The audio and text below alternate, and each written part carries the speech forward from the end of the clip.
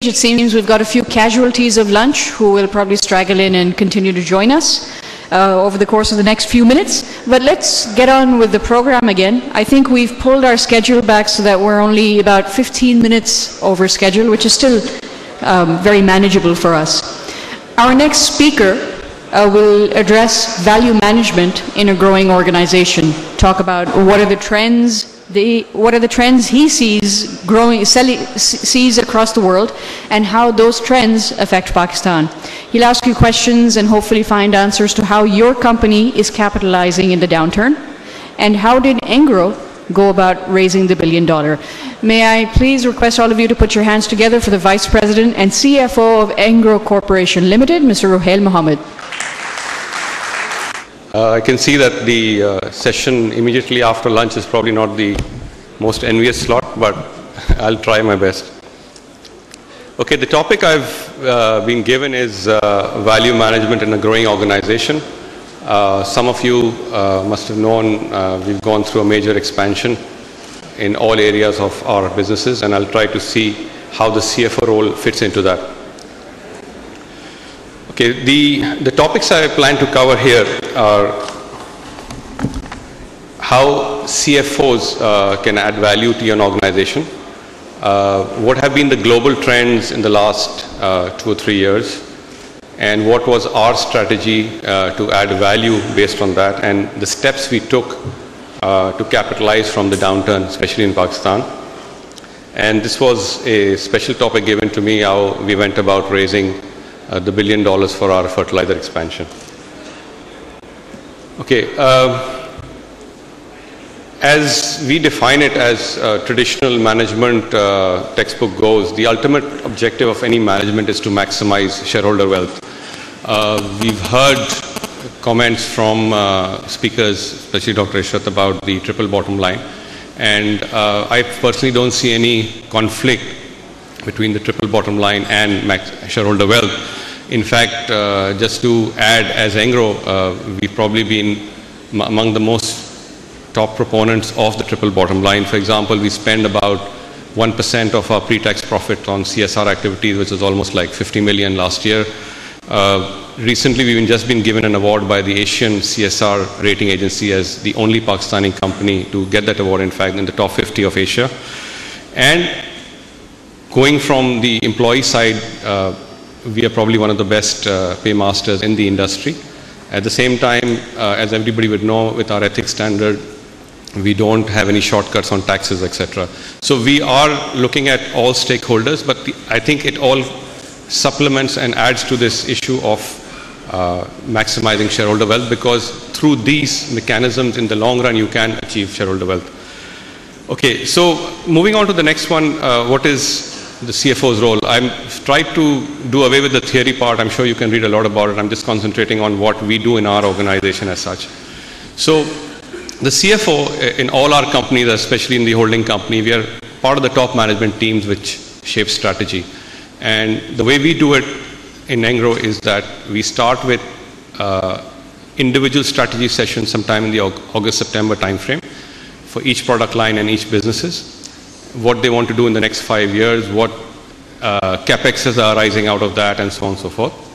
And then the final management session is held in November, followed by a long board session in December, which sort of endorses the management strategy, debates on whether it be, and there are various aspects to it in terms of government policy, CapExes, etc. So the CFO plays an integral part, especially in our organization, where we have a lot of engineering people on the top management, being a large-scale manufacturing industry.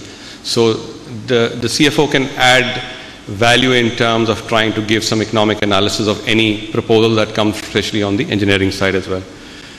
Then, in terms of key performance parameters, I mean, and I'm not talking about just simple top lines and bottom lines and volumes. We have KPIs set for each businesses.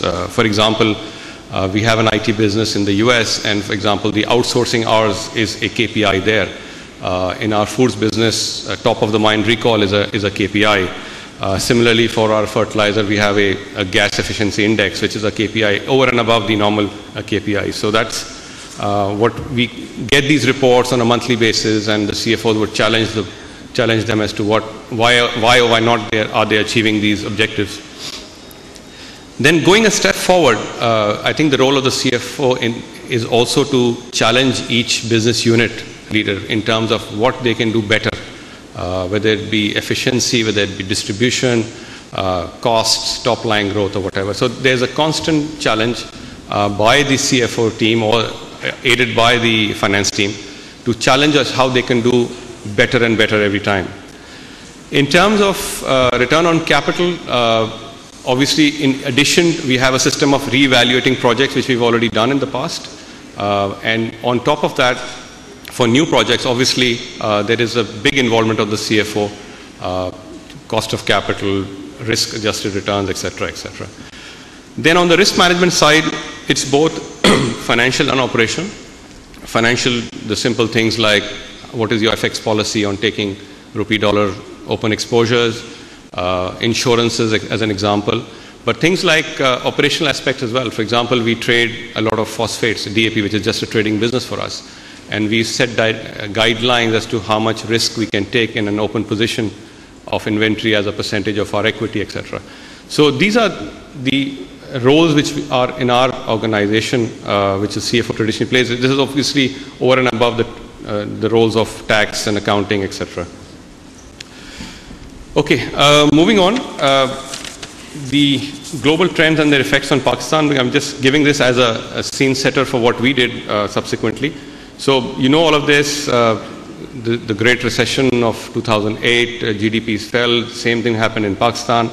And obviously, the repercussions for Pakistan was that there was a slowdown in exports, especially textile, etc., because they were going mainly to the developed world. The deleveraging and risk averseness has led to an increase in credit risk premiums. Now, what is that? What is the implication here? The implication is that for companies like us who are raising big amounts for their investment plans, the commercial loans which were available back in 2007 are no longer available. I mean, and if they are, there's such exorbitant premiums that it won't be economical to take them. Then many export credit agencies are now closed for business for Pakistan, either due to Pakistan political risk or because they themselves have too many order books as such. The cost of borrowing for the GOP itself has gone up. I'm sure a lot of you tracked the GOP bond, which was started from like 6% and went as high as the yield of 25, and now is probably trading around 10% or so. And then, of course, the declining foreign direct investment, which is a result of what's happening in the West.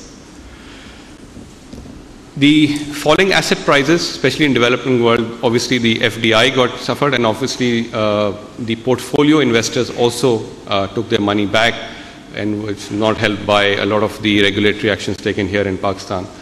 Financial sector, however, was, as Dr. Ishrat was talking in the morning, was fairly insulated.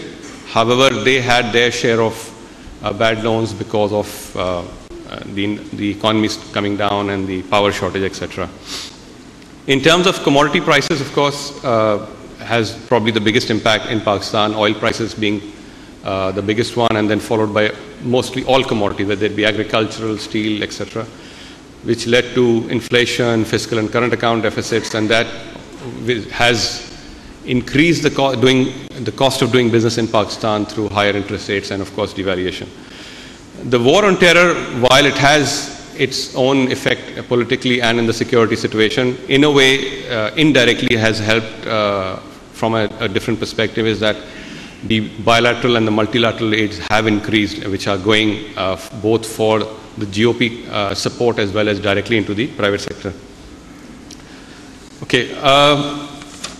So what has been our strategy? I think our strategy, even before the recession hit a couple of years ago, was that we wanted to be in businesses which were in Pakistan were globally competitive or is shielded from international competition. Something like agriculture would fall in the first category, where we think we are quite competitive versus the rest of the world. Or from international competition, if you're going into power, obviously it's difficult to import power, so you're shielded from international competition.